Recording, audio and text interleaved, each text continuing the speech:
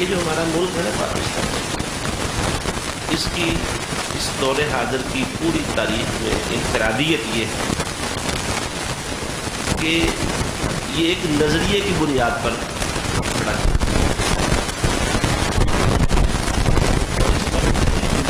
صرف وہ گروپ ہیں جو نظریے کی بنیاد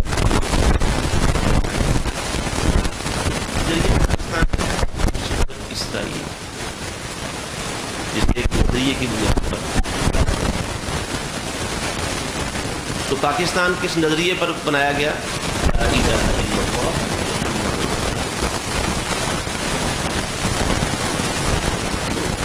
جب یہ ملک بن گیا نا، اسے اس پہلے دن سے ہی خطرات لاحق ہیں.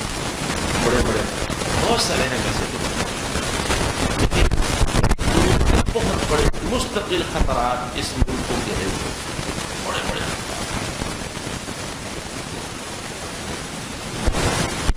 ان میں سے ایک خطرہ یہی قادیانیت ہے. ان کی پوری کوششوں کے باوجود آج تک انہیں باقاعدہ طور پر کوئی سیاسی قوت و غلبہ اور اقتدار نہیں حاصل ہو سکتا. جب سے پاکستان بنا ہے، یہ روز اول سے پاکستان میں سیاسی غلبہ، قوت حاصل کرنے اور اقتدار پر متمکن ہونے اور قابل ہونے کے لیے دن رات کوششیں کر رہے ہیں. آج تک اس طرح ہو نہیں سکتا، لیکن ہر خطرہ بدستور کام کر رہا ہے اور اپنا راستہ بنانے کے لیے پوری طرح سے ادار ہے. ایک دوسرا خطرہ ہے، اسے سیاسی قوت، زور، غلبہ اور اقتدار بھی حاصل ہے، لیکن وہ آج ہمارا قوم ہے، وہ کسی اور موقع کے لیے ادار کرتا ہے. ہم پاکستان بننے سے، قائم ہونے سے نہ پیچھے چلے گئے. جب ہندوستان میں، متحدہ ہندوستان میں انگریز کو حکومت کرنے کا موقع مل گیا، پوری طرح سے اس نے اقتدار اپنے قبضے میں کر لیا اور عالی ایک ہوا بھی ہے. غالباً آج کی جتنی گفتگو و تقریر ہے نا، وہ کوئی دینی تقریر نہیں ہے. زیادہ تر قرآن مجید کی آیات اور ٹھیک ہے، آپ بس سیاسی انداز کی کچھ پرانے، کچھ نئے، درمیان کے اگلے پچھلے کے واقعات آپ کے سامنے آئیں گے. اللہ کرے کہ وہ ترتیب بہتر ہے جس سے بات پوری کی پوری ہمیں سمجھ میں آئے. تو لیکن ہمارا مقصد وہ دینی ہی ہے. ہم نے اس خطرے کو سمجھ کر اپنی ذمہ داریوں کا تعین کرنا ہے. جو اپنی ایک لائن آف ایکشن ہے، ہم نے اس کا جائزہ لینا ہے.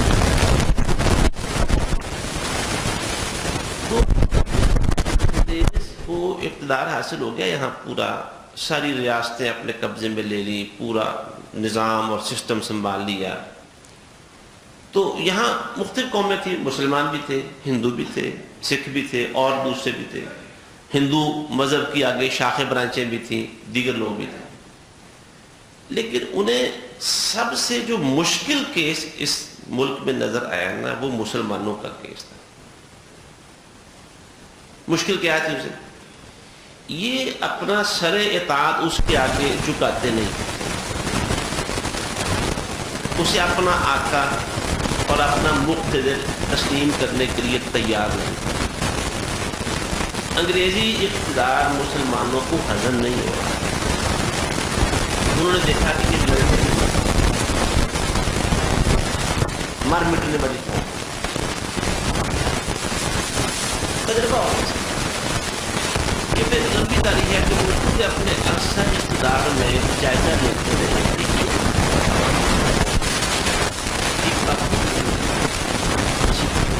ہندوؤں نے، مرہٹوں نے، فلانوں نے ہمارے سامنے گھٹنے ٹیک دیے، ہماری اطاعت تسلیم کر لی. یہ قوم کا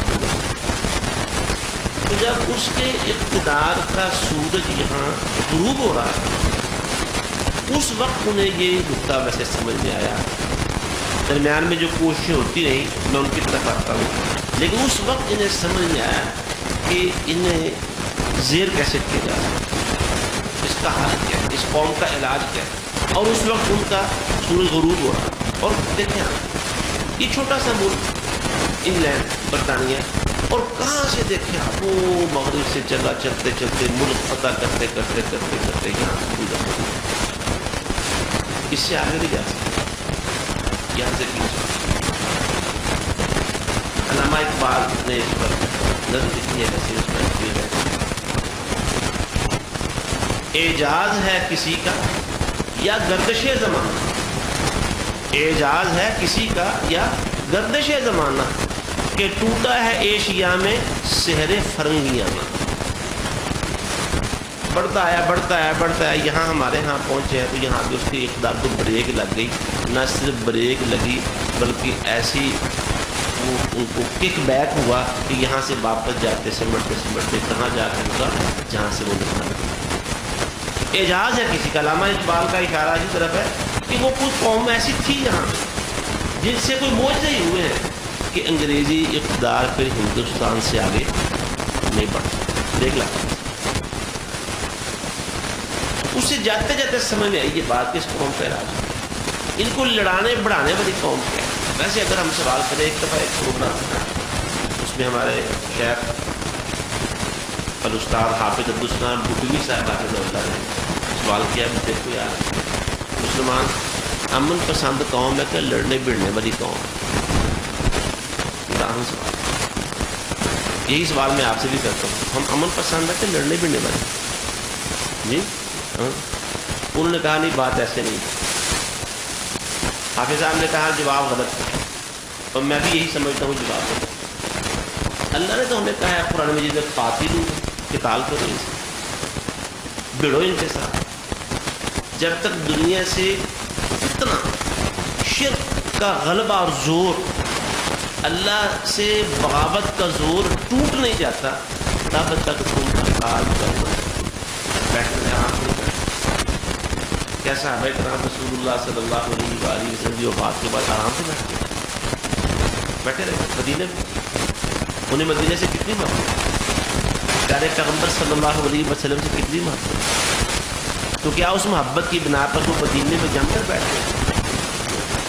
جو امانت اللہ کے رسول صلی اللہ علیہ وسلم نے فرمائی تھی وہ لے کے نکل کھڑے ہوئے, اور صحابہ پیارے پیغمبر صلی اللہ علیہ وسلم کے خواب کی تعبیر بن گئے.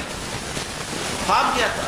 آپ نے فرمایا اللہ نے مجھے خواب میں دکھایا کہ میرا اقتدار وہ مشرق کی انتہا اور مغرب کی انتہا.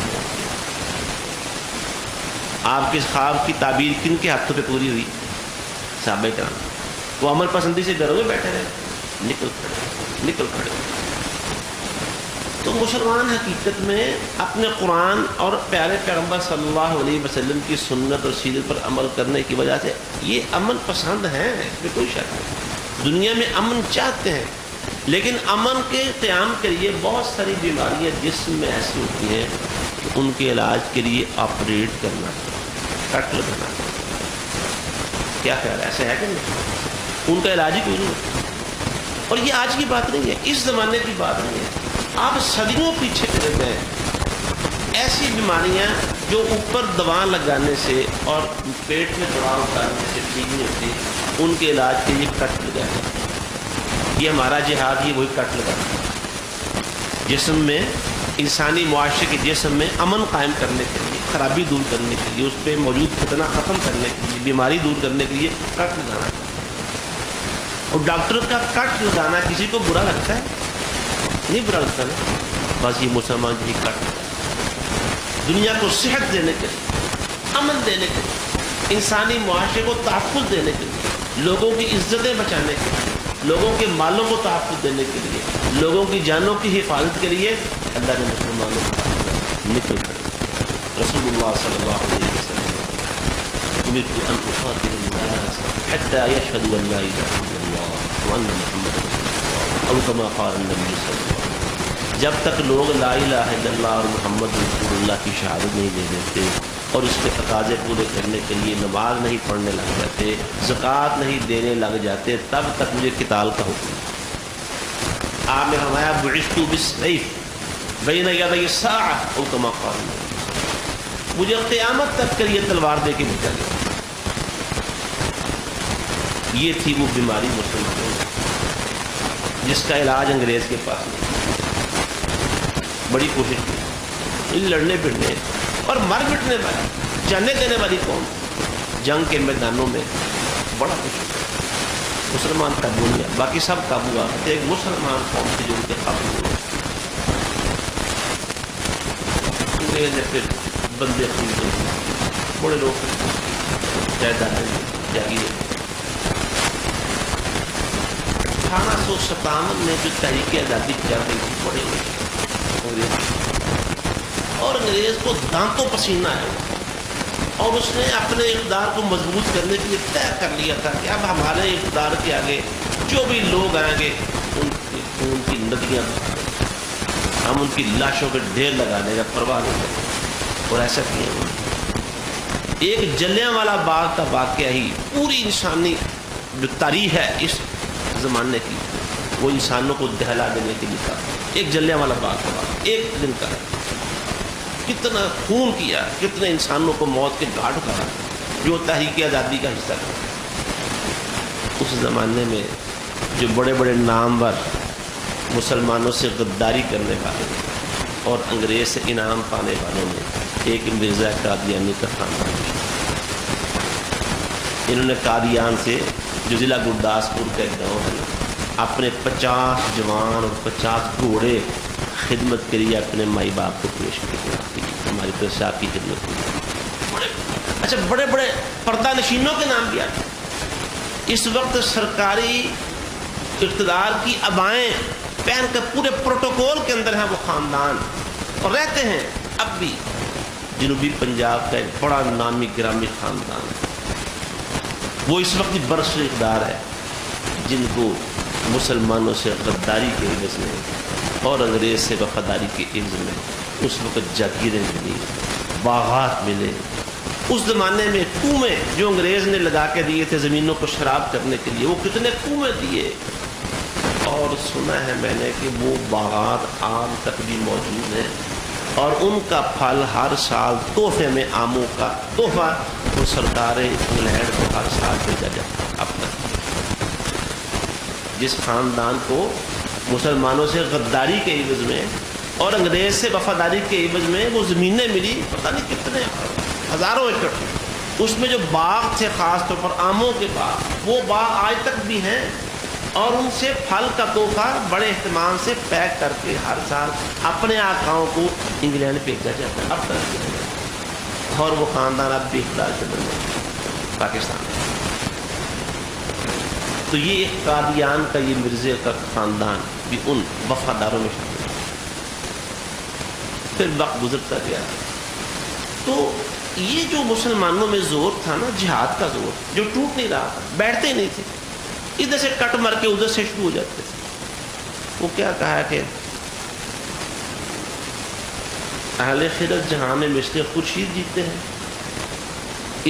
جہاں میں اہل ایمان مثل خورشید جیتے ہیں، صورت خورشید جیتے ہیں، ادھر ڈوبے ادھر نکلے، ادھر ڈوبے ادھر نکلے۔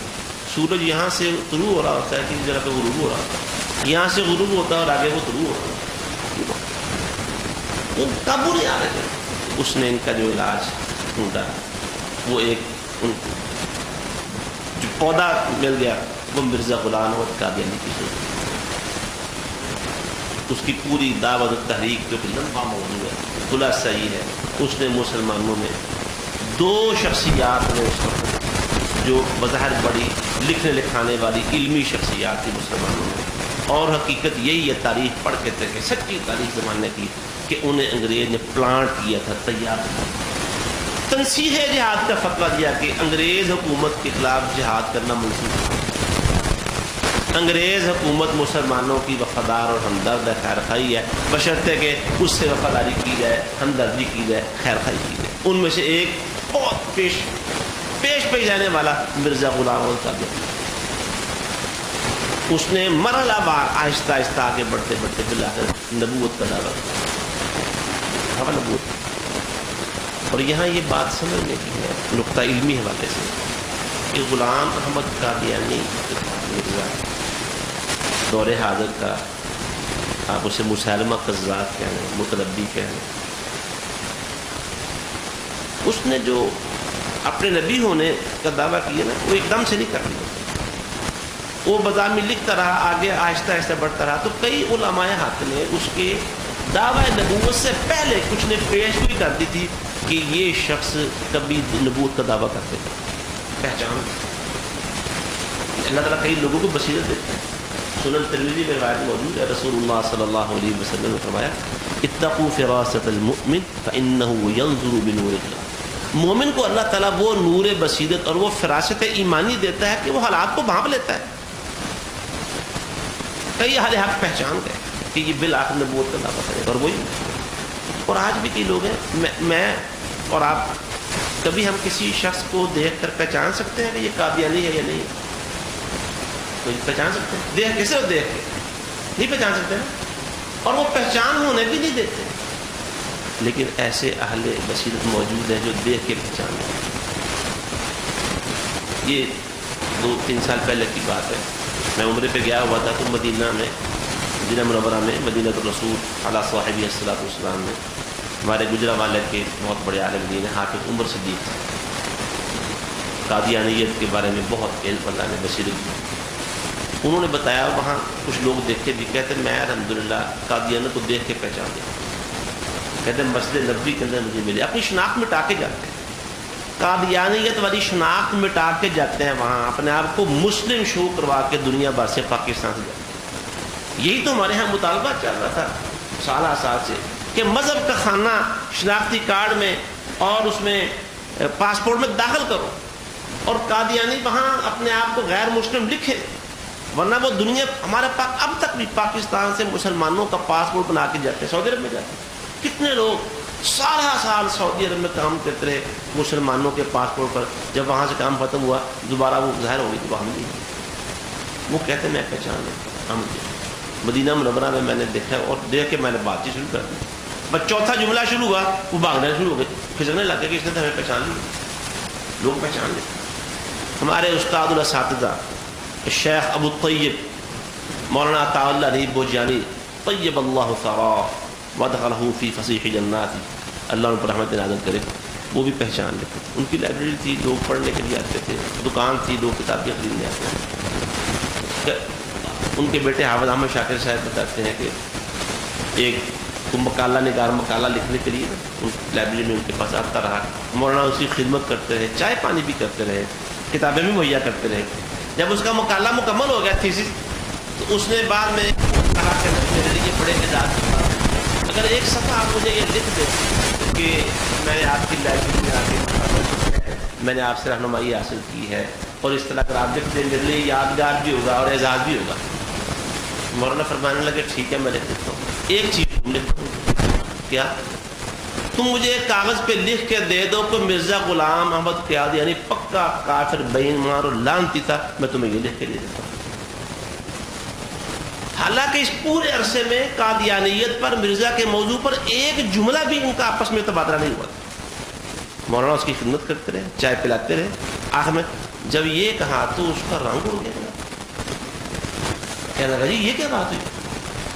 بات کیا؟ آپ نے ایک تحریر مجھ سے لکھوانی ہے نا، ایک تم لکھ کے مجھے دے دو. میں نے بھاگ گیا بندہ، بھاگ گیا. تو اہل حق پہچان لیتے ہیں، لوگ پہچان گئے کہ مرزا اب آئندہ کسی نہ کسی وقت نبوت کا دعویٰ کر دے، اور وہی ہوا. تو پھر حضرات جب اس نے نبوت کا دعویٰ کیا، اس نے تنسیخ جہاد کا فتویٰ دیا، مسلمانوں کی صفوں میں دراڑیں پیدا کی. اور دیکھیں ہمیشہ ہمارے ابھی دوست نوجوان ساتھی قاری امتیاز بھی کہہ رہے تھے کہ منافقین ہیں جو صفوں میں دراڑیں پیدا کرتے ہیں. سورہ توبہ پڑھی ہے، اللہ تعالیٰ نے بتایا قرآن مجید میں کہ جن لوگوں نے پیغمبر آپ سے اجازت لے لی تھی نا گھر رہنے کی، کہ ہمیں گھر رہنے کی اجازت دے دیں، اللہ بھی نہیں چاہتا تھا کہ یہ تمہارے ساتھ جائے. اللہ نے ان کو جانے کی توفیق سے محروم کرنا تھا، اللہ نے ان کے دل میں بات ڈال دی. وہ بہانے کرنے لگے جی میرا یہ ہے، میرے ٹانگ میں میرے میں درد ہو رہا ہے، میری بیوی بیمار ہے، ماں بوڑھی ہے، بچے ایسے ہیں. اللہ بھی نہیں چاہتا تھا کہ جائے، کیوں نہیں چاہتا تھا؟ اگر وہ جاتے سارے لوگ تو اے پیغمبر آپ کے لیے بڑے بڑے مسائل پیدا کر دیتے. لیکن کرہ اللہ بعاثهم فثبتهم، اللہ کو ان کا جانا پسند نہیں تھا، اللہ نے انہیں سست کر دیا. اگر جاتے تو مسائل پیدا کرتے. یہ منافقین مسائل پیدا کرتے. یہ اسی کا ٹولہ اور گروہ تھا. پھر مسلمانوں کی صفوں میں دراڑ پیدا کی، اور پھر بعد میں یہ کرنے والا تھا کہ اس نے نبوت کا دعویٰ کیا. دلائل بظاہر اس نے قرآن و حدیث سے ہی نکالنے کی کوشش کی، تعبیر کا سہارا لیا، احادیث کی تعبیر کی نا. حضرت عیسیٰ سے متعلق جو احادیث ہیں ان کی تعبیر کی. حضرت امام مہدی رحمہ اللہ آئیں گے، ان کی متعلق احادیث سے تعبیر کی، اپنے اوپر چشمہ کی. اور پھر پتہ نہیں کیا کیا کچھ، اپنے آپ کو مریم بھی کہا، اللہ کی بیوی بھی کہا، اپنے آپ کو مسیح بھی کہا، اللہ کا بیٹا بھی کہا، بالآخر وہ نبی بھی ہو گیا. اور جس مسیح حدیث میں آتا ہے نا، جس مسیح موعود نے آنا ہے دنیا میں وہ میں آ گیا ہوں، جس مہدی نے آنا تھا وہ بھی میں ہی آ گیا ہوں. یہ بظاہر اس کو تعبیر کہتے ہیں کہ جو قرآن و حدیث کی نصوص کے مطلب اور معنی ہمارے سلف صالحین نے بیان کیے. دیکھو نا، قرآن میں اللہ نے فرمایا یہودیوں نے حضرت عیسیٰ کو قتل نہیں کیا. احادیث سے پتہ چلتا ہے، قرآن سے بھی پتہ چلتا ہے کہ وہ آسمان پر زندہ اٹھا لیے گئے تھے اور قیامت کے قریب انہوں نے آنا ہے. محدثین کا اس پر ایمان ہے، اہل السنہ والجماعت تمام اس پر ایمان رکھتے ہیں، اہل الحدیث محدثین سب اس پر ایمان رکھتے ہیں. حضرت مسیح علیہ السلام آسمان پر زندہ اٹھا لیے گئے، قتل نہیں ہوئے، دنیا پہ دوبارہ آئیں گے امتی بن کر. امام مہدی کی پیروی میں پھر وہ اس امت میں جہاد کریں گے، نماز بھی ان کی پیروی میں پڑھیں گے، امام نہیں بنیں گے.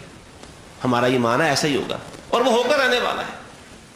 مرزا نے ان آیتوں کی تعویل کرتے کرتے اپنے اوپر چشمہ کر دیا. اب جو فقہی اور حوالے سے، فتوے کے حوالے سے یہ ہے کہ مرزا قاضی، کیونکہ تعویل میں غلطی لگ سکتی ہے، کسی بھی آیت کو سمجھنے میں، اس کی تفسیر سمجھنے یا کرنے میں، کسی بھی احادیث کے معنی سمجھنے بیان کرنے میں غلطی لگ سکتی ہے، غلطی ہو سکتی ہے. لیکن مرزا کی غلطیوں کو علماء نے غلطی نہیں کہا، تعویل نہیں کہا کہ یہ تعویل کی غلطی ہے، بلکہ مرزا کے اس عمل کو جو اس نے مسلسل سفر کرتے کرتے کرتے بالآخر نبوت کا دعویٰ کر دیا، اس کو قرار کیا دیا کہ اس نے قرآن و حدیث کے نصوص کا انکار کر دیا ہے. اور مسلمان ہونے کے بعد مسلمانی سے نکلنے کا ایک راستہ نکالا ہے. اور دوسرے لفظوں میں آپ یہ کہہ لیں کہ اپنے ان عقائد کی وجہ سے مرزا غلام احمد قادیانی اور اس کے سارے پیروکار نہ صرف عام درجے کے غیر مسلم ہیں بلکہ مرتد ہو گئے ہیں. بات سمجھے آپ؟ تعویل کی غلطی اور چیز ہوتی ہے، تفسیر سمجھنے کی غلطی اور چیز ہوتی ہے، اس سے بندہ کافر نہیں ہوتا عام طور پر. لیکن مرزا نے جو راستہ اختیار کیا وہ تعویل کا اور سمجھنے کی غلطی کا راستہ نہیں ہے، بلکہ علماء نے اس کے سارے عقائد کا جائزہ لیا، اس سے بات چیت بھی کی. خاص طور پر ہمارے سید میاں نذیر حسین صاحب دہلوی رحمۃ اللہ علیہ، ان کو لقب دیا جاتا ہے شیخ الکل فی الکل. بر صغیر میں جتنے بھی علوم دینیہ پڑھائے جاتے ہیں ان سب علوم میں وہ بر صغیر کے موجودہ تقریباً تمام اساتذہ کے وہ شیخ تھے، شیخ الکل فی الکل قیمت. ان کے شاگرد تھے مولانا محمد حسین بٹالوی رحمۃ اللہ علیہ، بٹالہ کے رہنے والے. انہوں نے مرزا کے سارے عقائد وغیرہ جو چھپے ہوئے تھے کتابوں میں وہ تحریری شکل میں لکھے اور قرآن و حدیث کی روشنی میں ان کا تجزیہ کر کے یہ نتیجہ نکالا کہ ان عقائد کا حامل شخص کافر، دائرہ اسلام سے خارج اور مرتد ہے. یہ انہوں نے لکھا، خود لکھا. پھر یہ فتویٰ سب سے پہلے اپنے شیخ جو پورے اس بر صغیر کے شیخ تھے، شیخ الکل فی الکل، حضرت میاں نذیر حسین محدث دہلوی رحمۃ اللہ علیہ کے پاس بھیجا کہ آپ جس کو پڑھیں، اگر یہ میں نے جو بات لکھی ہے سارا پڑھ کے اگر یہ ٹھیک ہے اس پر آپ اپنے دستخط ثبت فرما دیں، سائن کر دیں کہ یہ بات کہ واقعی یہ شخص کا تھا. سب سے پہلے اس فتوے پر دستخط میاں نذیر حسین محدث دہلوی رحمۃ اللہ علیہ. اور مرزا غلام احمد قادیانی کے خلاف جو اولین فتویٰ تکفیر تھا وہ یہ پورے بر صغیر کے علماء اہل حدیث اور علماء دیوبند جو دور دراز میں پھیلے ہوئے تھے. آپ اندازہ کریں آج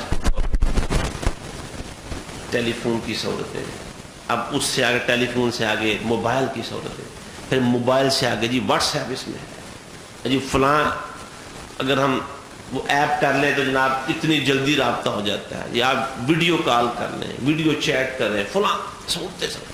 کچھ بھی ایسا نہیں تھا, سڑکیں نہیں تھیں, راستے نہیں تھے, سواریاں نہیں تھیں, پتہ نہیں. بہت سارے علماء سے مولانا محمد حسین بٹالی رحمۃ اللہ علیہ خود ملے, اور پھر بہت سارے علماء کے پاس اپنے نمائندے بھیجے. 200 علماء اہل حدیث اور علماء دیوبند, ان میں خانقاہوں کے پیر اور گدی نشین سے زیادہ نشین بھی شامل تھے. تو یہ دستخط ہوگا, اور یہ پھر اس کو انہوں نے کتابی صورت میں چھاپ کے مسلمانوں میں تقسیم کیا.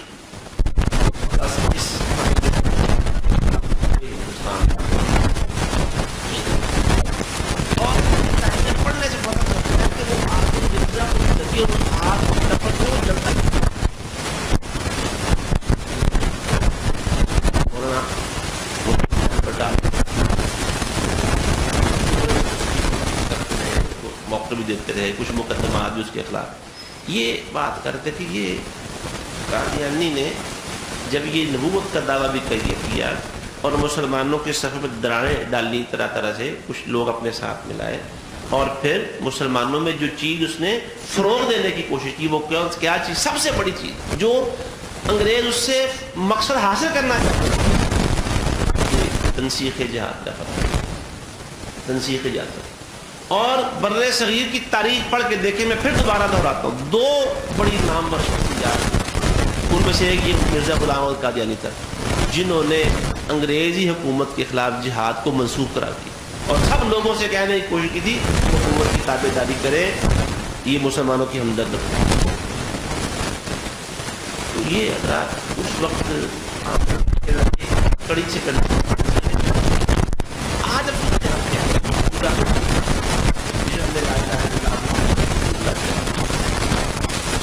اور جس کو بنے ہوئے 70 سال ہو گئے. یہ غریب کے اخبار حکومت میں آپ دیکھتے ہیں, ہمارے نصاب میں جو بڑی بڑی بنیادی تبدیلیاں لانے کی کوشش کی, پرویز مشرف کے خلاف وہ کیا تبدیلیاں کی.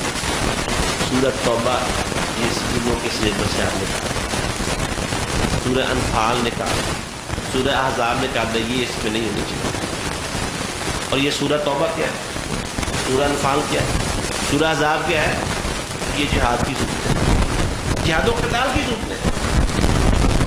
یہ آپ تصور دیکھیں کہ پاکستان بننے سے بہت پہلے 1857 کے بعد قیام پاکستان کا جتنا بھی عرصہ ہے 1857 42 سال 43 سال وہ ہو گئے, اور 47 میں پاکستان بنا ہے. کتنے سال, 90 سال سے زیادہ, 90 سال سے زیادہ. اور اس کے بعد 90 کو ڈالے, 70 یہ ڈالے, 160 سال, 160 سال کے اندر اس مہم پر عمل ہو رہا ہے. کون سی مہم, وہ بات خطرہ ٹلا نہیں ہے, خطرہ وہ جو کام ان سے لینا تھا. پاکستان بننے کے بعد جیسے ہمارے علماء نے لکھا اس کے اوپر قادیانیوں کے بعد, ہمارے مولانا محمد حنیف ندوی رحمۃ اللہ علیہ ہفت روزہ الاعتصام کے چیف ایڈیٹر تھے, انہوں نے یہ نقطہ اٹھایا کہ اب نئی اسلامی مملکت میں قادیانیت کا مقابلہ, قادیانی پاکستان میں آ گئے, ان کا مرکز قادیانی ادھر رہ گیا, ادھر پاکستان میں آ گئے, یہاں انہوں نے اپنی ریشت بننی شروع کر دی. تو سب سے پہلے جو مطالبہ کیا تھا تحریری طور پر حکومت سے قادیانیوں کے بارے میں, حکومت کو بھی توجہ دلائی. سب سے پہلے ان کو مشورہ یہ دیا انہوں نے قادیانیوں کو, کیا آپ کاشت کرنے والا تھا نا آپ کا مائی باپ انگریز, اب وہ یہاں سے چلا گیا, اس نے آپ کو تیار کیا تھا, اب آپ کا کام بر صغیر میں ختم ہو گیا ہے, آپ کے وجود کا مقصد ختم ہو گیا, مسلمانوں نے ایک اپنا ملک حاصل کر لیا ہے, تو تم سرنڈر کر جاؤ, بس ختم کر دو اپنی جماعت تنظیم, اپنے آپ کو نہ مسلمان کہو اور اپنی تنظیمی دعوتی سرگرمی خالی کہو, کیونکہ تمہارے بارے میں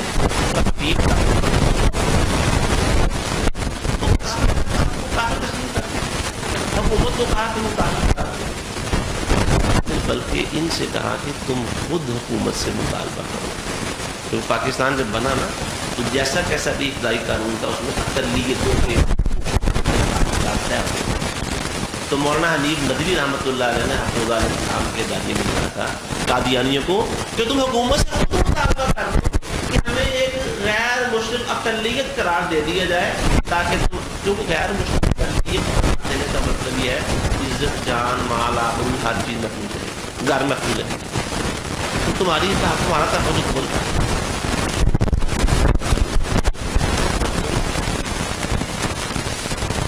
لیکن خطرے کی بات جب پاکستان ان کا قادیاں ادھر رہ گئے تو بڑے وہ روئے چیزیں پھر سے جو بھی کیا اس نے بالکل آغاز میں ہی تقریر کی بلوچستان شاید پاکستان کے کسی مقام پر لیکن بلوچستان کے بارے میں اور یہ چیز آن دی ریکارڈ ہے پاکستان کی تاریخ میں محفوظ ہے لکھی ہوئی. اس نے کہا کہ دیکھو جی ایک صوبہ بلوچستان اس وقت اس کی کچھ متنازع بھی صورتحال بلوچستان اور اس کے بعد آپ جانتے ہیں بلوچستان کے حالات کتنے خراب رہے گزشتہ اشروں کے اندر بڑی بڑی بغاوتیں اور انڈیا کی ان کی ایجنسیز کی وہاں مداخلت وغیرہ بڑی بڑی کارروائیاں بغاوت کے وہاں خطرات تھے. لیکن اس زمانے میں جب پاکستان بن گیا اور ابھی چند سال بھی نہیں گزرے تھے ان کے خلیفے نے یہ مطالبہ کیا یہاں کی حکومت کے آگے کہ ہم قادیانیوں کو ایک صوبہ ہماری حکومت کو دینا چاہیے چاہے وہ بلوچستان ہی نہ بلکہ بلوچستان ہی دے دیا جائے ہم اس نے اپنی حکومت لائیں. آپ اندازہ کریں کہ کتنے مسلمانوں کے طبقے کوئی شک نہیں جو بڑے بڑے فقہی مکاتب فکر ہیں ان میں اہل حدیث بھی دیوبند بھی بریلوی بھی احمد اللہ خان بریلوی کے پیروکار بھی شیعہ لوگ بھی سارے پاکستان بنانے کی جرم میں شامل تھے اور کئی قادیانی بھی شامل ہو گئے عوام الناس کی بات کریں شامل ہو بتائیے اب سب لوگ ایک صوبے کا مطالبہ کیوں کر رہے ہیں. کسی اہل حدیث جماعت کے کسی ممبر نے حضرت مولانا داؤد بندی رحمۃ اللہ علیہ اس مغربی پاکستان میں اہل حدیث کے ان کی جماعت علماء دیوبند کی مجلس حرار میں حضرت سید عطا اللہ شاہ رحمانی رحمۃ اللہ علیہ اور دیگر بریلیوں نے کسی صوبے کی حکومت کیا کسی ایک شہر کی حکومت کا مطالبہ کہ ہمیں اس شہر کا اقتدار ملنا چاہیے.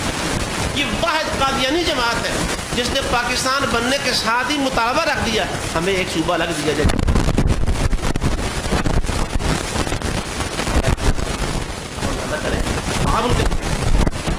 اچھا وہ نہیں پورا ہو سکتا شرمندہ تعبیر نہیں ہو سکتا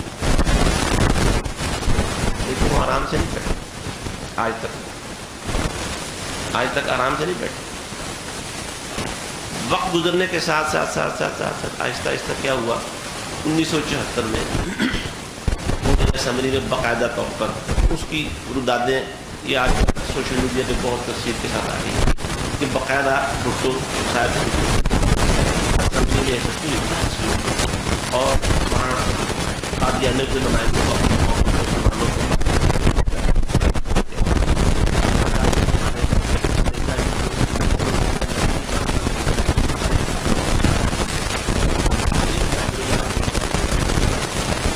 اور جب انہیں اپنے کفر کا خطرہ لایا تو انہوں کی طرف سے سارا ایمان متفق ہو گیا کہ جو ہمیں کافر قرار دیتے ہیں انہیں اسمبلی میں باقاعدہ طور پر کافر قرار دیتے ہیں.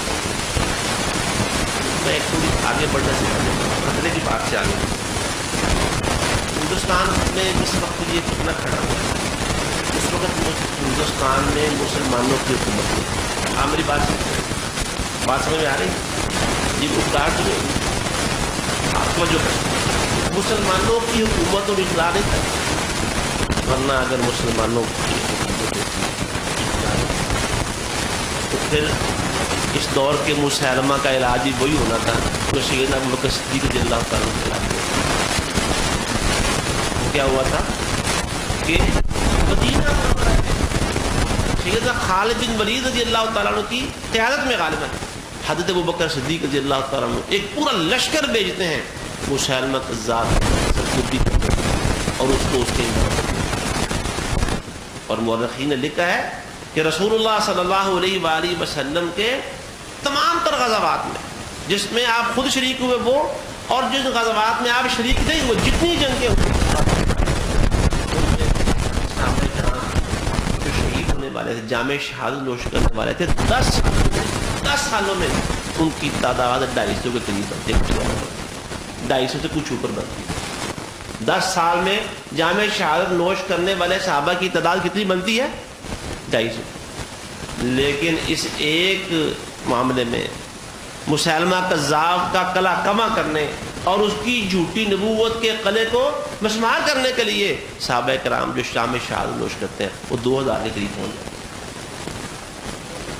ختم نبوت کا معاملہ اور اس کے تحفظ کا معاملہ اس کی اہمیت دیکھیں ہندوستان میں ہماری حکومت نہیں تھی لہذا یہی ہو سکا کہ اس کو کافر قرار دے دیا ورنہ حقیقت کیا کہ مرتد ہیں اور مرتد کی سزا کیا ہے واجب القتل آج اسلامی پاکستان میں دولت کے لالچ میں بڑے لوگ یہ لکھ کے دیتے ہیں کہ میں قادیانی ہوتا ہوں لکھ کے دیتے ہیں قادیانی ہوتا ہوں ٹھیک ہے اپنا مذہب تبدیل کر لو جس نے جو کرنا ہے کوئی عیسائی ہونا چاہتا ہے عیسائی ہونا کوئی مسئلہ نہیں اسلامی حکومت ہو اسلامی حکومت میں کوئی عیسائی مسلمانوں سے عیسائی ہو جائے کوئی ہندو ہو جائے کوئی سکھ ہو جائے کوئی قادیانی ہو جائے اس کا سر تن سے جدا کر دیا جائے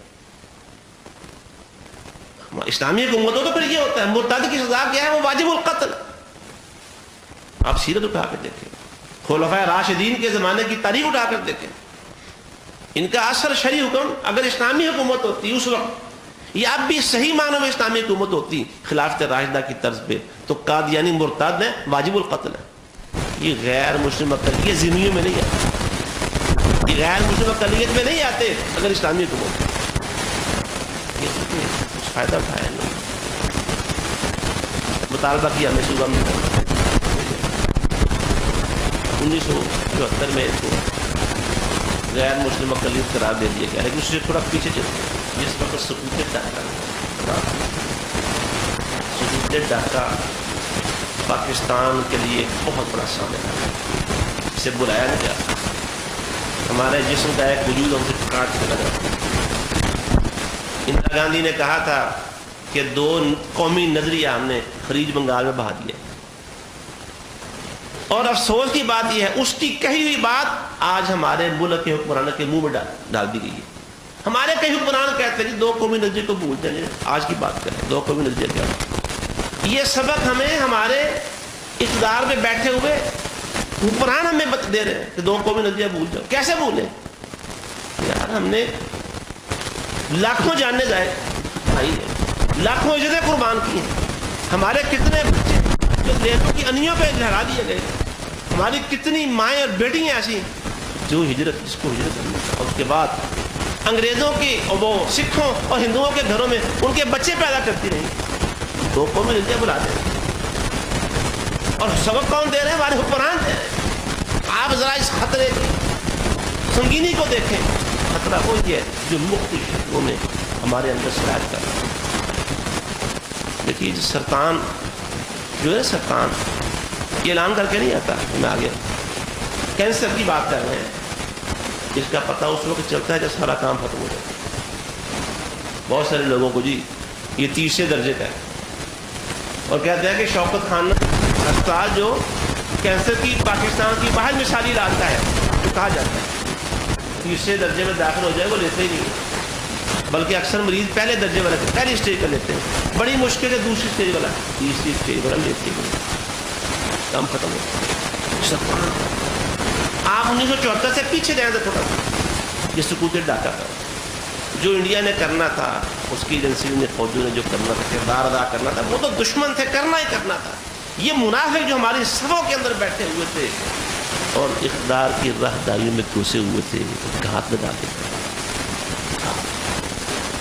سورہ توبہ پڑھیے 11واں پارہ رسول اللہ صلی اللہ علیہ وآلہ وسلم جب گئے ہوئے نا تبوک تو پیچھے جو اپنے کر کے نا بہانے شانے مدینے میں رہ گئے تھے انہوں نے ایک مسجد بنا کر لی اللہ نے اسے مسجد رات کہا کہ اللہ کے رسول آئیں گے افتتاح کروائیں گے اور بس پھر یہاں مسجد کی آڑ میں بیٹھ کے مسلمانوں کی کمر میں خنجر گھونپیں گے، اللہ کے کو نقصان پہنچائیں گے، پاڑ پھینکے گے۔ یہ گھس بیٹھیے لوگ ہیں، یہ میٹھی زہریلی گولیاں ہیں، شوگر پوٹر لوگ ہیں، یہ میٹھے رہتے ہیں، امن پسند رہتے ہیں، گھسے ہوئے تھے۔ جس وقت یہ سقوط ڈھاکہ کا سانحہ پیش آیا، تاریخ اٹھا کے دیکھیں، اس میں فوجی صفوں کے اندر، فوجوں کے اندر رہتے ہوئے ان قادیانیوں نے بڑا بنیادی کردار ادا کیا۔ جنرل یحییٰ خان کا اس وقت اقتدار تھا، جو چیف آف آرمی سٹاف بھی رہا، جو صدر پاکستان بھی رہا، پورے پاکستان کی جو جتنے بھی صدارتی، فوجی اور سیاسی سارے اختیارات اس ایک کے ہاتھ میں تھے۔ اس کے گرد قادیانی فوج کے اندر جمع 1971 کی بات ہے، اور جس وقت اس کے اقتدار اسے پتہ چلنا کہ اور میں اب گرا کہ تب گرا، یہ صورتحال واضح ہو گئی اس کے اوپر۔ ذوالفقار علی بھٹو صاحب اس وقت پاکستان میں تھے، بیرون ملک تھے، اور ویسے اس ساری صورتحال اور اس سارے سانحے میں اس وقت کے حالات کے مطابق پوری قوم کی جو نگاہ امید تھی نا، وہ ذوالفقار علی بھٹو پہ لگی ہوئی تھی کہ اب اس صورتحال میں اس سارے کو اگر کوئی کشتی کو کنارے لگانے والا کوئی شخص ہے وہ ذوالفقار علی بھٹو۔ وہ خیر ذوالفقار علی بھٹو جہاز پہ پہنچ گئے، اس سے ان کی ساری میٹنگ ہوئی، نے کہا کہ ایسا ہے کہ تمہیں ہم شریک اقتدار کریں گے۔ اس نے کہا شریک اقتدار نہیں، تم باہر ہو جاؤ، کیونکہ بھٹو صاحب کو بھی پتہ چل گیا تھا، وزیر آدمی تھا ویسے سیاسی والے سے، کہ اس کے پلے کچھ نہیں، ڈالنا بہت اس کی درگت اور ذلت رسوائی ہو گئی۔ مجھے آرمی چیف بنا دو صدر پاکستان اور چار چیزیں، تو اس نے بڑے سخت فاروق لہجے سے کہا کہ یہاں نکلتے ہو کہ میں تمہیں نکالنے کا تمہیں راستہ بتاؤں۔ اس نے کہا آخری جو بات، اس نے کہا کہ جو میرے پیچھے جنرل عبدالحمید ہے، جنرل عبدالحمید، جو اس کے بعد جس کی باری آئی چیف آف آرمی سٹاف بننے کی، کہ پھر اس کو چیف آف آرمی سٹاف یا ایک دو عہدے کے اس کو بنا لو، اور وہ جنرل عبدالرحمان خود جنرل عبدالحمید پکا قادیانی تھا، اور اس کے ساتھ اس کی ٹیم میں 17 قادیانی فوجی جرنیل شامل تھے۔ آپ بات سمجھ رہے ہیں؟ سقوط ڈھاکہ میں انڈین فوجوں کی طرح پاکستان میں رہتے ہوئے کام کرنے والے اور پاکستان کو ناکامی کا منہ دکھانے والے کون لوگ تھے صفوں کے اندر گھسے ہوئے؟ یہ گھسپیٹی قادیانی، اور اس کے ذمہ داروں میں پاکستان کے اندر جو ہمارے سامنے بات نہیں ہے، یہ قادیانی پاکستان کے لیے عالم اسلام کی بات پہلے دن سے جب سے پاکستان کو میں اور اس خطرے کا احساس ہمارے علماء نے، میں پورے یقین سے کہتا ہوں ہمارے علماء نے پاکستان کی جو دینی صحافت ہے، پاکستان مولوی بڑا رکھا ہے، اب مولوی حکمرانوں کو حالات واضح کر کے دکھائے، الگ نشرہ کر کے دکھائے ہیں خطرہ کیا پاکستان، کن لوگوں سے خطرہ ہے اور کیا کیا خطرات ہیں۔ ان میں ایک بہت بڑا خطرہ جو آج تک وہ ننگا ناچ آہستہ آہستہ ناچنا شروع ہوا ہے، آج اس دور حکومت کے اندر بھی وہ بہت کھل کے خطرہ سامنے آنے کی کوشش کر رہا ہے، یہ قادیانیت کا خطرہ ہے۔ تب بھی علماء آئے تھے، خطرے سے آگاہ کر رہے تھے، اور اس کے بعد بھی علماء آئے تھے، اور آج بھی علماء ہیں اللہ کے فضل و کرم سے۔ یہ مسجدوں والے، یہ ممبر و محراب والے، یہ خانقاہوں والے لوگ ہیں، یہ بوریا نشین، یہ فاقہ مست، یہی لوگ ہیں جو خطرات سے حکومتوں کو آگاہ کرتے، صرف آگاہ ہی نہیں کرتے، بچاتے بھی اللہ کے فضل و کرم سے۔ خطرات سے بچانے والے یہی قوم، یہ درویش ہے، یہ ساری جن کے کھتے پڑے ہوئے ہوتے ہیں۔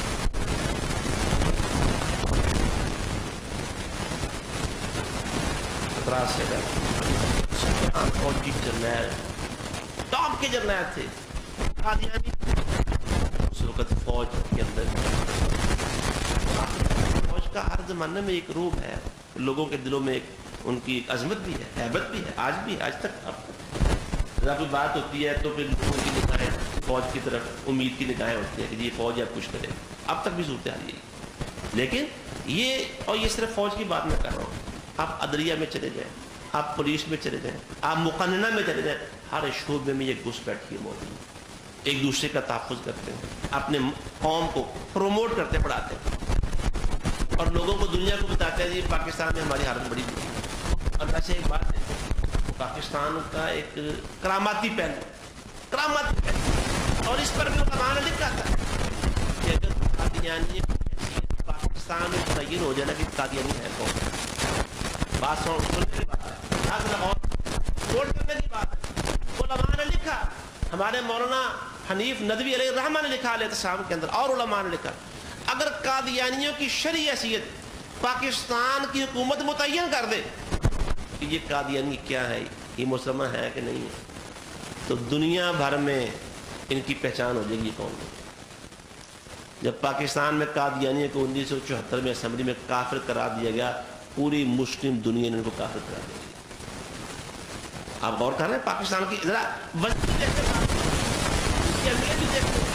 اور یہ پاکستان پہلے دشمن کے پاس جب ان کو کافر قرار دیا گیا ان کی دشمنی اور بڑھ گئی۔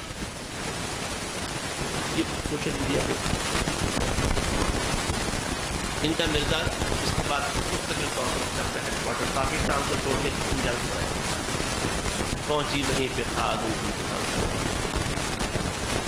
کو پیدا کرنے والے کون تھے؟ وہ انگریز، اور پناہ ملی تو کہاں ملی؟ وہیں پہ جا ادھر ہی جا جن کے بھائی باپ، اور تب سے وہاں بیٹھے پاکستان کے لیے خطرات پیدا کر۔ جب کسی دینی جماعت کو کبھی ہاتھ بھی نہیں آیا تھا کہ ہمارا کوئی ٹی وی چینل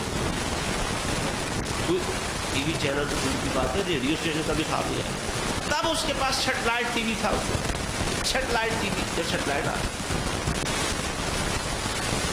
ایک پورا چینل موجود تھا، دنیا بھر میں جہاں جہاں کے لوگ موجود تھے ان سے رابطہ کرتے۔ پاکستان چھوڑ کیوں جی؟ پاکستان میں نہیں رہ سکتے، انہوں نے کافی کرا دیا۔ آپ پڑھتے تھے بھٹو کا جو اٹامک انرجی میں مشیر تھا اس نے کہا لکھ کے ریزائن دے دیا، جی میں آپ نے اس عہدے سے ریزائن دیتا ہوں، استعفیٰ دیتا ہوں، اب میرا پاکستان سے تعلق آدمی سے رہے گا، جس ملک نے ہمیں کافر قرار دے دیا ہے میں اس ملک میں نہیں رہ سکتا۔ اور قادیانیوں نے آج تک جب ان کو کافر قرار دیا گیا اس سے بعد بالخصوص اور اس سے پہلے بالخصوص قادیانی نے آج تک پاکستان کے آئین کو اب ذرا غور کریں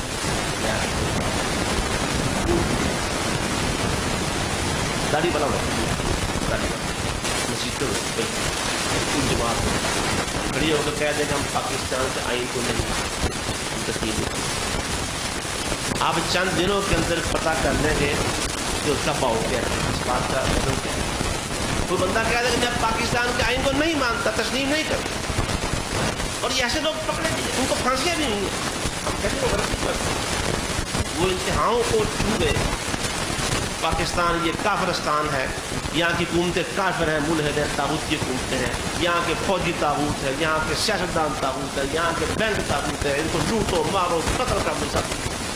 جنہوں نے یہ کہا تھا، یہ نظریہ رکھتے تھے، ابھی وہ پشاور والے آگے پبلک اسکول والے واقعے کے بعد جن نوجوانوں کو وہ وہی لوگ تھے جو حکومت کے لیے چیلنج بنے ہوئے تھے، ہم پاکستان کے قانون آئین کو نہیں مانتے، لیکن یہ لوگ بھی پاکستان کے آئین اور قانون کو تسلیم نہیں کرتے۔ کیا کسی قادیانی کو پھانسی دی گئی؟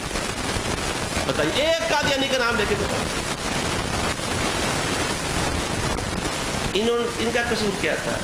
یہ جو اے پی ایس والے معاملے کے بعد جن کو پھانسی ہوئی معلق تھے معاملات، وہ ایک لمبی بات ہے۔ ہمارے ڈاکٹر مفید باجوہ صاحب کہہ گئے تھے کہ عالمی دباؤ تھا کہ پوری دنیا میں پھانسی کی سزائیں وہ کہتے تھے نہیں ہونی چاہیے، پاکستان میں نہیں ہونی چاہیے۔ وہ واقعہ ہوا تو وہ پھانسی کی سزائیں بھی تھیں۔ ان کا قصور کیا تھا؟ وہ داڑھیوں والے، ان کا قصور یہ تھا وہ اونچی شلواروں والے، ان کا قصور یہ تھا وہ قرآن پڑھنے والے، ان کا قصور یہ تھا وہ حدیث پڑھنے والے۔ ان سے ان کے چہرے مورے سے مولویت نظر آتی تھی۔ انہوں نے یہ بات کہی حکومت کے لیے خطرہ بنے، چیلنج بنے، قانون کو چیلنج کیا، ان کو تختہ دار پر لٹکا دیا گیا۔ اور یہ ایسی بے ایمان قوم ہے، جب سے پاکستان بنا ہے آئین پاکستان تسلیم کیا۔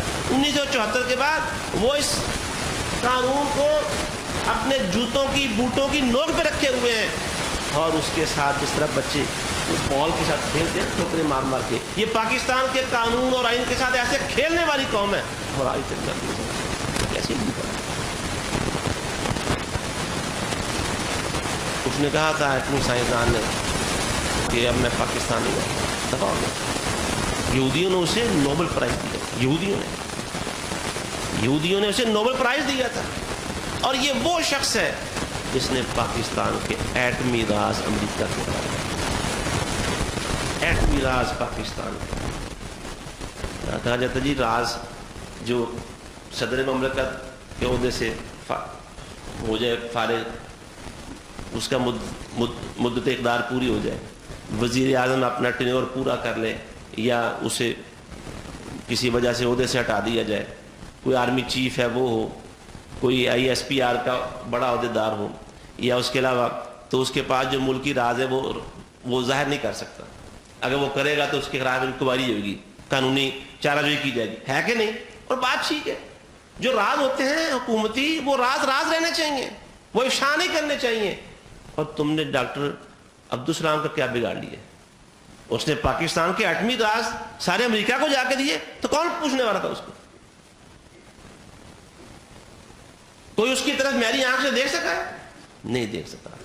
معلوم ہوتا ہے خطرہ چل رہا ہے ساتھ ساتھ، کوئی ان پہ ہاتھ ڈالنے والا نہیں ہے، کوئی ان کو پوچھنے والا نہیں ہے۔ اور پھر اس کے بعد آگے بڑھتے بات آگے بڑھاتے تھوڑی سی، میں نے عرض کیا کہ باتیں کچھ سیاسی قسم کی واقعات تاریخی ہوں گے، تو اگر کسی کو کوئی بری لگے باتیں تو ہم معذرت کر لیتے ہیں، لیکن وہ ایسے حقائق ہیں جن کو اللہ کے فضل سے جھٹلایا نہیں جا سکتا۔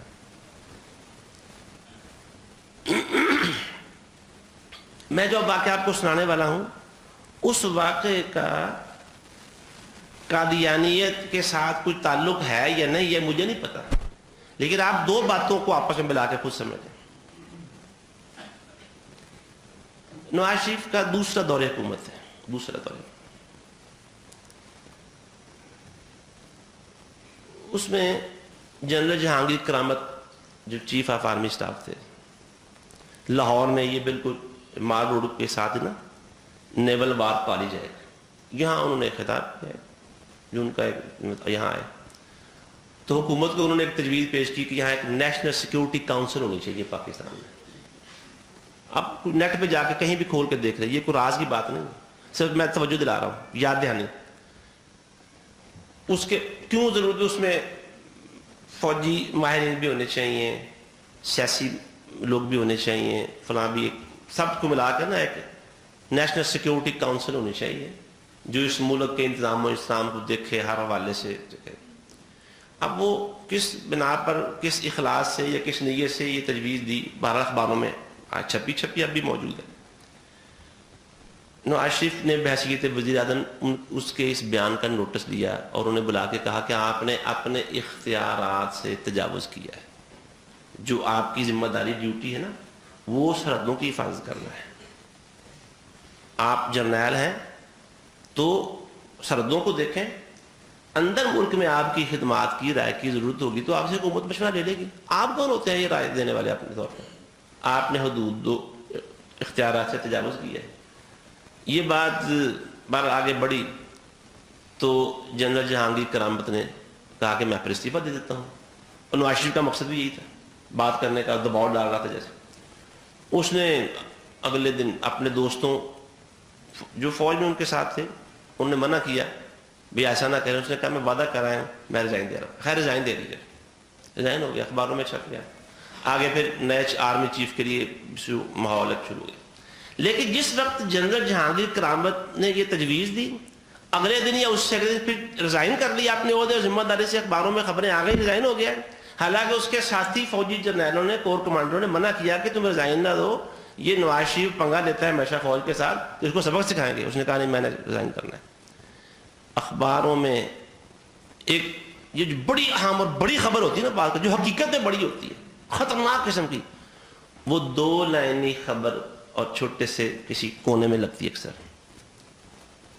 جو جنہیں ہم خبر سمجھتے ہیں نا ہیڈ لائن، وہ اصل میں خبر نہیں ہوتی۔ یہ بھی آپ یاد رکھیں.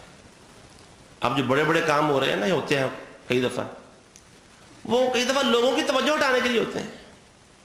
کئی بڑے بڑے واقعات، بڑے بڑے کام لوگوں کی توجہ تقسیم کرنے کے لیے ہوتے ہیں کہ دھیان ادھر کرو ادھر اپنا کام پا جاؤ ادھر سے. لیکن جو اس دوران اہم بات ہوتی ہے وہ کہیں وہ ایسے چھپا چکے کسی کونے میں لگی ہوتی ہے. یہ مرزا ان کے قادیانی کا جو خلیفہ اس تھا نا انگلینڈ میں، اس نے اس وقت اس سے شاید اگلے دن یہ بیان دیا تھا، اخبارات میں چھپا ہوا ہے کہ پاکستان کا آئین معطل کرنے کے قریب پہنچے ہوئے تھے، لیکن ایک دفعہ ہمیں لمبا سفر کرنا پھر پڑ گیا. اخبارات میں موجود ہے کہ پاکستان کا آئین، خطرے کی بات کر رہے ہیں نا، تو موضوع کیا ہمارا؟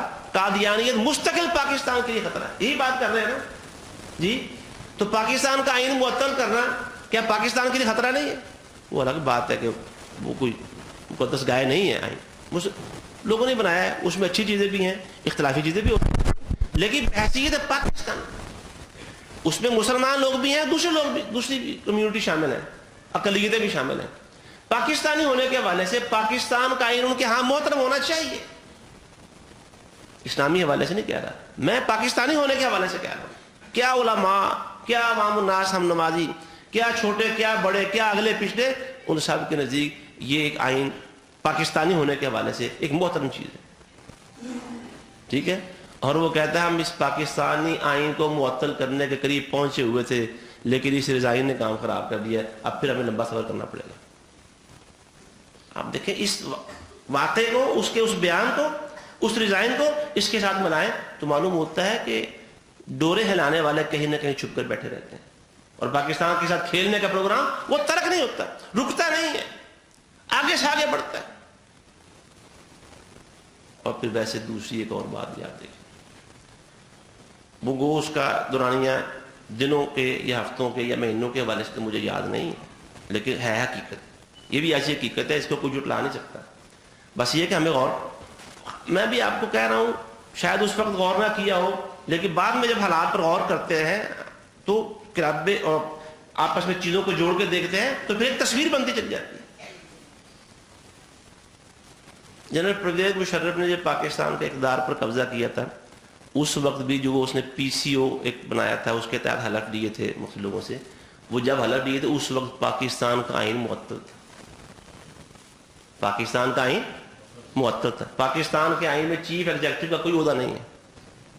پاکستانی آئین میں چیف ایگزیکٹو کا کوئی عہدہ نہیں ہے. آئین کے اندر چیف ایگزیکٹو کا عہدہ، یا آپ چیف ایگزیکٹو کیا ہوتا ہے آئین کے آپ بتائیں نا. اس وقت یا اس کے کچھ بعد پاکستان کا آئین معطل ہے. اور پاکستان کے آئین کو معطل کرنا یہ کن کی خواہش ہے؟ قادیانی کی خواہش ہے. معطل کر کے رکھو. یہ معطل کرو کس آئین کو؟ جس نے ہمیں قادیانی قرار دیا ہوا ہے، جس نے ہمیں کافر قرار دیا ہوا ہے، ایسی کی تیسی آئین کی. اور پھر آگے بڑھتے ہوئے اب بھی دیکھیے موجودہ حکومت کے شروع ہونے کے ساتھ ہی جو اقدامات ہو رہے ہیں بڑی تیزی کے ساتھ، واقعات بڑی تیزی سے، بڑے بڑے واقعات ہو رہے ہیں، چھوٹے چھوٹے نہیں، بڑے بڑے واقعات. خطرہ موجود ہے، قائم ہے. بھائیو ہم آپ کہہ سکتے ہیں یار انہا گلہ نہ ساڑھنا کی تعلق ہے. آپ بتائیے ان باتوں کا ہمارے ساتھ تعلق نہیں ہے؟ یار جس پاکستان کے حصول کے لیے لا الہ الا اللہ محمد رسول اللہ کا نعرہ لگا، ہماری کتنی مائیں بوڑھی، ہمارے بوڑھے باپ، ہماری جوان بہنیں اور بیٹیاں جنہوں نے اپنی جانیں دے دی اس کے لیے، قربان ہو گئے. میں دو ایسے شخصوں کو ذاتی طور پر ملا ہوں. ایک ہمارے اسی علاقے کے بزرگ تھے، فوت ہو گئے ہیں، اللہ تعالیٰ ان کو جنت نصیب فرمائے. مسجد مبارک کے قریب فیاض صاحب کے والدین حاجی تاجدین صاحب چند سال پہلے فوت ہوئے، اللہ ان کو جنت نصیب فرمائے. وہ کہتے ہیں جی میرا پورا خاندان ایک قافلہ تھا، میں بالکل چھوٹا بچہ تھا اور ایک میرا بڑا بھائی تھا، ہر ایک میرے خاندان کا بوڑھا جوان بچہ مرد عورت میں نے اپنی آنکھوں سے ذبح ہوتے دیکھا ہے. اپنی آنکھوں. جب وہ بات کرتے تھے آنکھوں بات نہیں ہوتی تھی، آنسو تھمتے نہیں تھے اور چہرے کا اور آنکھیں سرخ ہو جاتی تھی. کہتے ایک ایک شخص میں نے ذبح ہوتے دیکھا ہے. صرف ایک بڑا بھائی تھا میرا جس کی لاش میں نے نہیں دیکھی، اسے ذبح ہوتے نہیں دیکھا. آج اتنے سال ہو گئے میں اب تک اس کا انتظار کر رہا ہوں کہ شاید مجھے کہیں نہ کہیں مل جائے. وہ تمہیں کیا پتہ ہے سیاستدانوں کہ پاکستان کیسے بنا تھا؟ تمہیں تو اقتدار کے ایوانوں میں بیٹھ کے پروٹوکول کے ساتھ پاکستان ملا تھا. اسی طرح ایک شہر میں ایک صاحب ہیں, ان کا بہت بڑا پریس ہے پاکستان, ان کا نام ہے سلمان پرنٹنگ پریس, اس کے مالک ہے خلیل الرحمان صاحب. وہ بھی یہی بات کہتے ہیں, پورا خاندان میرا جو تھا, بڑے چھوٹے, میں نے ذبح کر ہوتے دیکھے تھے, میں چھوٹا تھا, میں اکیلا بچ کے آیا ہوں, کوئی میرا بھائی کوئی میری بہن نہیں. لا الہ الا اللہ کے لیے کس کے لیے کیا تھا؟ اسلامی ریاست قائم کرنے کے لیے کیا تھا نا, کلمے کی عزت کے لیے کیا تھا نا. اور جو لوٹ مار کا ذہن رکھتے تھے, انہوں نے ملک ملنے کے بعد بھی لوٹ مار ہی کی, یہاں کے بڑے بڑے جھوٹے کلیم کر کے بڑی بڑی جائیدادیں اپنے نام لگا لی. اور لوگ جائیدادیں چھوڑ کے آگے کہ ہجرت کا ثواب ملے, کاروبار چھوڑ کے آگے, برادریاں چھوڑ کے آگے کہ اسلام کے قلعے میں جا رہے ہیں.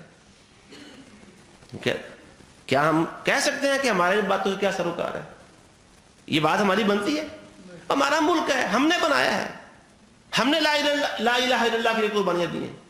میں تو پہلے بھی عرض کر چکا ہوں, اقتدار کے ایوانوں میں ابھی بھی وہ لوگ اور وہ خاندان موجود ہیں جنہوں نے مسلمانوں سے غداری کر کے, انگریز سے وفاداری کر کے اس سے جاگیریں حاصل کی تھی, اب بھی موجود ہیں. اور وہ جاگیریں اسی خاندان کے پاس ہیں. ان جاگیروں کا پھل اب تک انگریز کو برطانیہ میں سالانہ تحفے کے طور پر جاتا ہے. انہیں کیا قدر ہے پاکستان کی, انہیں کیا احساس ہے کہ پاکستان کیسے بنا تھا؟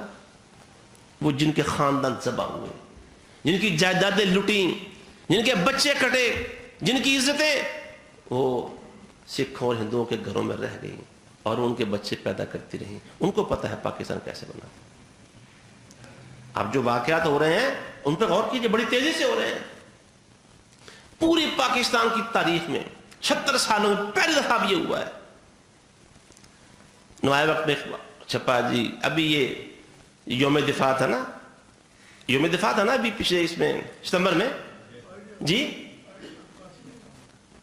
جہاں بھی تھا آئیڈیا, یوم دفاع کی بات کر رہا ہوں, 6 ستمبر. اس موقع پہ نوائے وقت میں آدھے صفحے کا اشتہار چھپا, وہ قادیانی کمیونٹی کی طرف سے کہ جی پاکستان کے لیے ہم قادیانی فوجی جوانوں اور فلانوں کی طرف سے جو خدمات ہیں ہم انہیں خراج تحسین پیش کرتے ہیں. ان فوج میں موجود ان جو مر کھپ گئے ہیں ان قادیانیوں کی تصویریں, ان کے عہدے وغیرہ سب کچھ چھپا ہے. آدھا صفحے کا اشتہار پاکستان میں پہلی دفعہ ہوا ہے, موجودہ دور حکومت میں آتے ہی ہوا ہے کہ ان کا یہ اشتہار چھپا ہے. میں کہتا ہوں 70 سالہ تاریخ میں ایسا کچھ نہیں ہوا, ایسا اشتہار اخبار میں نہیں چھپا, جرت نہیں ہوئی. اب جرت پیدا ہوئی ہے. اور یہ موجودہ حکومت آتے ہی فوراً جو وزیر اعظم صاحب نے اپنا اقتصادی امور کے لیے مشیر چنا تھا کہ جی بہت بڑا ماہر اقتصادیات ہے, IMF نے بھی یہ تسلیم کیا ہے, ورلڈ بینک نے تسلیم کیا ہے کہ جی پوری دنیا کا ٹاپ کا ماہر اقتصادیات ہے, وہ پاکستان میں وزیر اعظم صاحب کا وہ امور اقتصادی امور کا مشیر بنے گا وہ. اور وہ قادیانی تھا, قادیانی تھا. اور پھر اس سے بڑھ کر بات یہ ہے پاکستانی بھی نہیں تھا. افسوس کی بات ہے, پاکستانی بھی, اس کے پاس پاکستان کی نیشنلٹی نہیں ہے, دوسرے ملک سے اس کو لانا تھا. اور جب لوگوں نے شور مچایا اس کے اوپر, اہل حق نے شور مچایا, بات شروع ہوئی, بات بنتے بنتے آگے بڑھی, تو پہلے اس کا دفاع ہوتا ہو جی پھر کڑی گل ہے جناب, ہم نے ان سے کون سا مسئلہ کا کام لینا جناب, وہ اتنے غیر ضرور لوگ ہیں, پاکستان کے لیے کرنا, یہ کرنا ہے, وہ کرنا.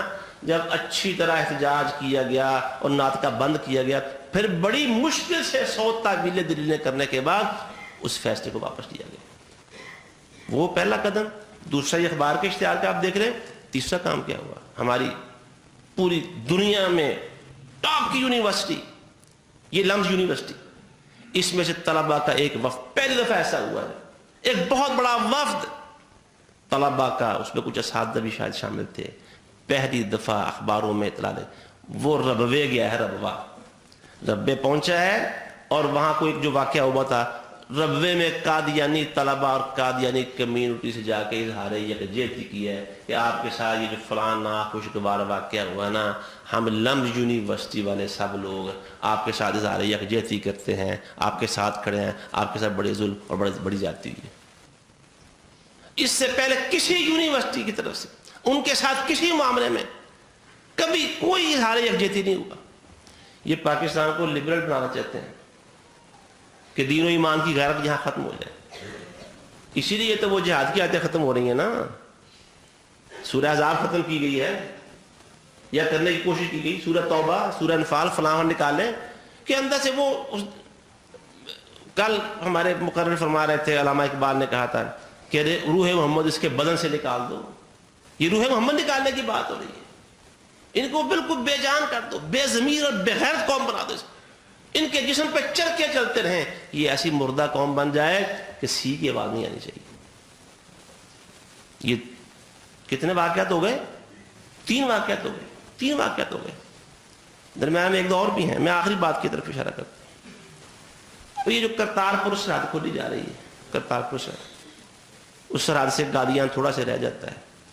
اس میں بظاہر یہی ہے جو بڑے خام خواہ سے تعریفوں کے پل باندھنے والے، پتہ نہیں ان کو کیا، نہ کوئی لینے میں نہ دینے میں نہ پیسہ، نہ ایسے خام خواہ کا جی بڑی زبردست جی سکھ کمیونٹی کے دل جیتنے کے لیے نا جی یہ بڑا اچھا اقدام ہو رہا ہے. لوگ سکھوں کو لے رہے ہیں اور بغلے قادیانی بجا رہے ہیں. اس کے اوپر فائدہ سکھوں کو ہو رہا ہے بظاہر. جو لوگ تجزیہ کار کہہ رہے ہیں فائدہ کس کو ہو رہا ہے؟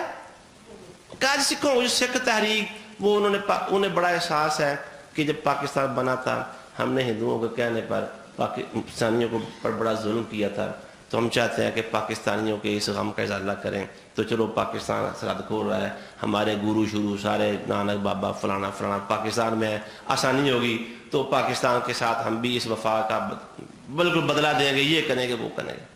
لیکن اس سارے کام پر سب سے زیادہ خوش کون ہو رہے ہیں، راضی کون ہو رہے ہیں؟ وہ قادیانی ہو رہے ہیں. اور دیکھیں ادھر اعلان ہوا ہے، ادھر اعلان ہوا ہے اور ادھر اس پہ کام شروع ہو گیا ہے. ادھر اعلان ہوا ہے ادھر کام شروع ہو گیا ہے، ورکنگ شروع ہے. اس کے اوپر افتتاح ہو گیا، فلاں آفیسر فلاں محکمہ فلاں ڈپارٹمنٹ وہاں گئے ہیں، سنگ بنیاد رکھ دیا گیا پروجیکٹ کا. یار اور اتنے کام پاکستان میں کرنے کے لیے جن کے جو فہرست میں شامل تھے، جن کے نعرے لگائے گئے، جن کے لیے کیا کچھ وعدے کیے گئے، وہ کام کہہ دیے گئے ہیں کریں گے جناب. ابھی تو 100 دن ہمارے پورے تو رہنے کریں گے. اس کا تم نے نام لیا کام بھی شروع ہو گیا. اور پھر میں بات ایک حوالہ پرانا حوالہ دیتا ہوں. ہمیں یہ بھی المیہ ہے کہ ہم اپنی تاریخ سے، وہ تاریخ اسلامی کی بات نہیں کر رہا، تاریخ اسلامی تو بہت لمبی ہے نا. کیوں جی 1400 سال سے چل رہی ہے، 1400 سال سے روشن تاریخ، اس کی تابنا کی آج تک ختم نہیں ہوئی. میں اس دور کی یہ 70 سالہ تاریخ کی بات کر، یہ جو ہماری اپنی ہے، ہمارے جسموں سے ہمارے خونوں سے جو لکھی گئی ہے، وہ تاریخ بھی آج ہم سے اوجھل کرنے کی کوشش کی جا رہی ہے. آغا شورش کاشمیری، میرا دل چاہتا ہے کہ میں اسے مجاہد و بطل حریت کہوں. جنہوں نے اس کی تصویریں دیکھی ہیں، داڑھی نہیں تھی اس کی، لیکن اس کے جو تحریریں اور کارنامے میں نے پڑھے ہیں، میرا دل چاہتا ہے کہ میں اسے بطلی حریت بھی کہوں، مجاہد حریت بھی کہوں، اور ختم نبوت کا مجاہد بھی کہوں اسے. تحفظ ختم نبوت کا مجاہد بھی تھا.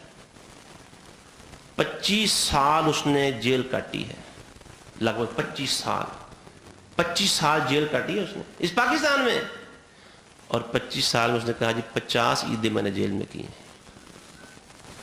کبھی چھوٹی عید گزاری تو آئے تو بڑی اس سے پہلے پھر ڈال دیے گئے نئے کیس کے اندر. 50 عیدیں جیل میں کی اس آدمی نے. اس کی کتاب پڑھیں، لگتا ہے کئی چیزیں الہامی لکھی ہیں. اس زمانے کے حالات کو سامنے رکھ کے تجزیہ کیا تھا. اس نے کہا تھا کہ کبھی وقت آئے گا، کچھ واقعہ چھپے تھے کہ اس وقت کے جو خلیفے تھے ان کے وہاں گئے انگلستان اور جا کے کہا جناب آپ نے وعدہ کیا تھا اقتدار دلوائیں گے، تو آپ نے ہمارا قادیان ادھر ڈال دیا، ہمیں ادھر کر دیا ہے. اور تو وہ پیسے بھی دیتے، چندہ بھی دیتے رہے. یہ بھی آن دی ریکارڈ ہے. اس زمانے میں کروڑوں روپیہ مقامی کرنسی کا، کروڑوں روپیہ اس جماعت کو برطانیہ کی حکومت نے چندہ دیا تھا اپنی تنظیم چلانے کے لیے. پاکستان بننے کے بعد کروڑوں میں چندہ دیا تھا انگریز کی حکومت نے، برطانیہ کی حکومت نے. قادیانی اپنی تنظیم آسانی سے چلا سکتے. تو انہوں نے کہا جی یہ وعدہ کیا تھا کہ ہم آپ کے لیے کچھ کریں گے، انتظار کریں. وہ انتظار کر رہے ہیں، کام ہو رہا ہے، اپنے لگے ہوئے ہیں، گاتیں لگائی ہوئی ہیں فوج میں، پولیس میں. عدلیہ میں مقررہ جگہ جگہ وہ اپنے مورچے باندھوں کے بیٹھے ہوئے اور اتنا بغض ہے ان کے اندر. یہ تو کچھ چیزیں ظاہر ہو رہی ہیں نا, میں نے آپ کو بتایا قرآن نے کیا کہا ہے, قد بدت البغضاء من افواہہم وما تخفی صدورہم اکبر. جو باتیں ظاہر ہوئی ہیں یہ بڑی بری ہیں, لیکن جو اندر چھپا ہے وہ اس سے بھی برا ہے, اس سے برا ہے. بڑے یہ اتنے زہریلے لوگ, اتنے ناپاک لوگ ہیں. کیوں؟ یہ پیارے پیغمبر محمد صلی اللہ علیہ وآلہ وسلم کی ختم نبوت کے ڈاکو. ان کو ٹھنڈے پیٹوں ہضم نہیں کیا جا سکتا. آپ ذرا اپنی جوش ایمانی کو ذرا دیکھیں, نظر رکھا کریں, ایسے تعلقات, لینا دینا, کاروباری, اور ہر اس سے ان سے پیچھے ہٹ جائیں. نے کہا تھا کہ یہ کرتارپور بارڈر کبھی کھولنا جائے گا, اس میں سکھ کمیونٹی کو بھی شامل کیا جائے گا اور قادیانیوں کو بھی. دونوں کے مفادات مشترک ہوں گے. ان کے بھی گورو شروع سارے ادھر آ گئے ہیں, ان کے لیے بھی مسائل ہیں حکومت کے لیے, اور قادیانیوں کے لیے وہاں مرزائیوں کے لیے قادیان بڑا ان کا فرق ہے. کہتے ہمارے حضرت غلام احمد قادیانی صاحب اسی راستے سے ادھر پاکستان, یہ جو پاکستان تو نہیں تھا, لاہور آیا کرتے تھے, اس راستے پر جانا آنا وہ سنت سمجھتے ہیں. ہم قادیان جائیں گے, ہمارے نبی کا علاقہ ہے, گاؤں ہے, جو سنت ثواب سمجھ کے جائیں گے. ان دونوں کمیونٹیوں کو ایک ہی وقت میں ان کے مشترکہ مفادات اکٹھے ہوں گے, ان کے لیے اس سرحد کو کھولا جائے گا. اور ابھی یہ جو نجوت سنگھ سدھو کے سدھو پاکستان کا چکر لگا کے گیا, وزیر ہے وہاں کا, پنجاب کا, مشرقی پنجاب کا وزیر ہے, اس کی ایک ویڈیو یہاں موجود ہے سوشل میڈیا پہ.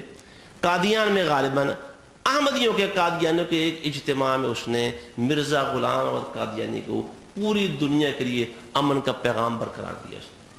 اس نے کہا جی پوری دنیا کو مرزا غلام احمد قادیانی نے امن کا پیغام دیا ہے, تو ہم ان کے پیغام کے متوالے کیوں نہ ہوں, ہم ان کے پیغام کے ساتھ شامل کیوں نہ ہوں, ہم ان کے پیغام کو عام نہ کیوں نہ کریں. وہ امن کے دائی تھے, وہ بڑے فلانے تھے. اس نے تعریفوں کے پول باندھ دیے قادیانیوں کے اجتماع کے اندر کھڑا ہو. میرے پاس ابھی موبائل میں موجود ہے, کوئی بندہ چاہے تو دیکھ سکتا ہے, نمبر دے میں اس کو شیئر کروں گا. یہ اس نے کہنا اسے. ان کے ساتھ کیا کہ جی آپ کے لیے, اور بغلے کون بجا رہے ہیں اس ساری صورتحال پہ خاموشی کے ساتھ؟ قادیانی.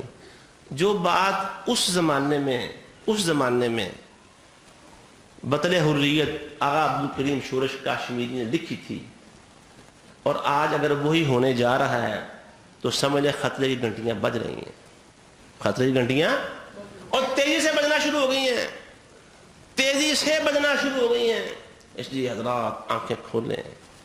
یہ بات پتہ نہیں کوئی ڈکی چھپی, اور میں نے نیچے سے پتال کی تہ سے نکال کے بعد نہیں نکال لی. یہ باتیں تاریخ کے سینے میں محفوظ ہیں, اور اب جو تاریخ بن رہی ہے اس میں یہ واقعات رونما ہو رہے ہیں.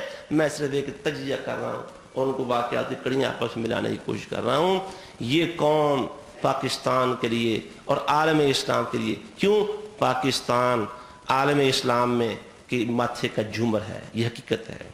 آپ دیکھیں پاکستان میں نے غیر مسلم قرار دیا گیا تو پورے عالم اسلام نے غیر مسلم قرار دیا. لوگ دیکھ رہے تھے, میں ویسے کوئی نسبت نہیں اگلی بات کی اس بات کے ساتھ, لوگ دیکھ رہے تھے کہ مکے کا اونٹ کس کروٹ بیٹھتا ہے. جب مکہ مسلمان ہو گیا تو پورا عالم عرب مسلمان ہو گیا تھا. اذا جاء نصر اللہ والفتح ورأیت الناس یدخلون فی دین اللہ افواجا. قادیانیوں کے معاملے میں پاکستانی حکومت نے جب فیصلہ کیا تو پوری دنیا اسلام نے فیصلہ کر دیا یہ کافر اور مرتد ہے.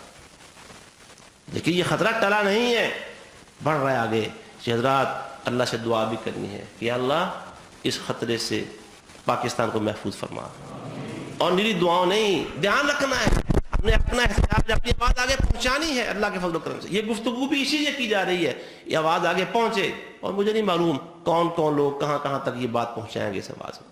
ہم خود بھی اس کو پہنچائیں گے آگے, شعور پیدا کریں گے اللہ کے فضل و کرم سے. یہ شعور پیدا کرنا ہماری ذمہ داری ہے.